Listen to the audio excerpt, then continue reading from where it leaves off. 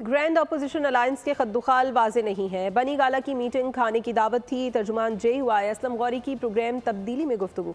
बोले खाने की दावत में अपोजिशन अलायंस के खद्दुखाल तय करने की बात हुई। अपोजिशन अलायंस के लिए कमेटी बनाई जा रही है। कमेटी में हर जमात से एक एक नुमाइंदा होगा।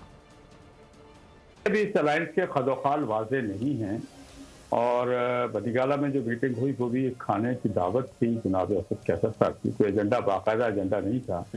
जहाँ पर तमाम अपोजिशन पार्टी जब इकट्ठी हुई तो इस इशू पे बात हुई।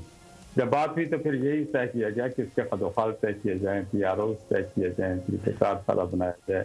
तो उसके लिए हर पार्टी से एक एक नुमाइंदा एक कमेटी बनाई जा रही है जिसमें हर पार्टी से एक एक नुमाइंदा होगा जो ये सारे मामला को तय करेगा।